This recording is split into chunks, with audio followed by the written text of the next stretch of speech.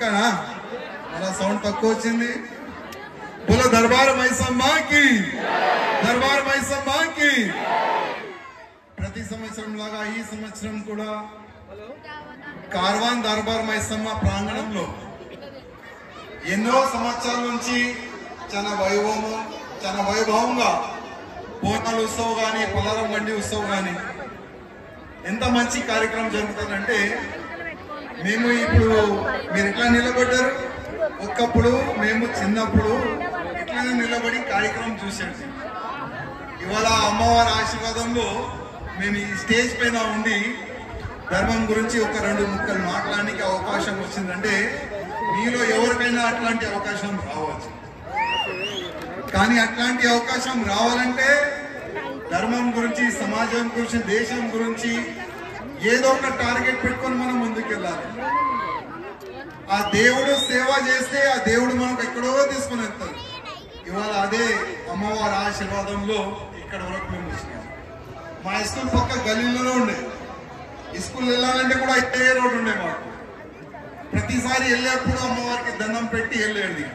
ఇప్పుడు ఒక గ్రూప్ ఉంది, చిన్నప్పుడు ఆ గ్రూప్ తోనే మేము ఆడేది.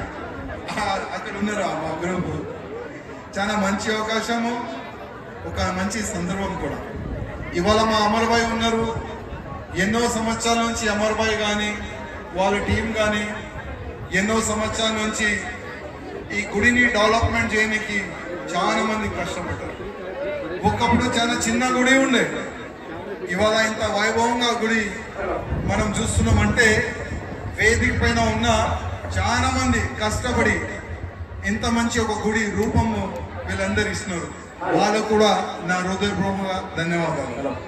అదేవిధంగా చాలా మంది మన ధర్మాన్ని గురించి పెట్టుకోవాలి, డాన్స్ చేయాలి, తాగాలి, ఇట్లాంటి ఒక దుష్ట ప్రచారం కొంతమంది చేస్తారు.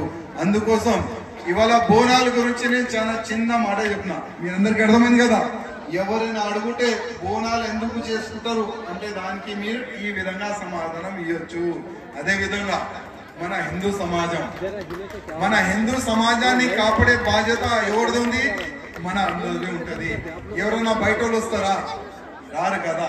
అందుకోసం ప్రతి ఒక్క వ్యక్తి ఇది మా ధర్మం, ధర్మ ప్రచారం ప్రతి ఒక్కరు చేసుకోవాలి.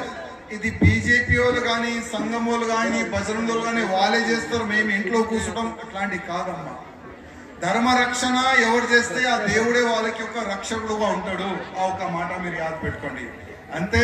మీ అందరికీ నా తరఫు నుంచి బోనాల శుభాకాంక్షలు. జై శ్రీరామ్, జై శ్రీరామ్.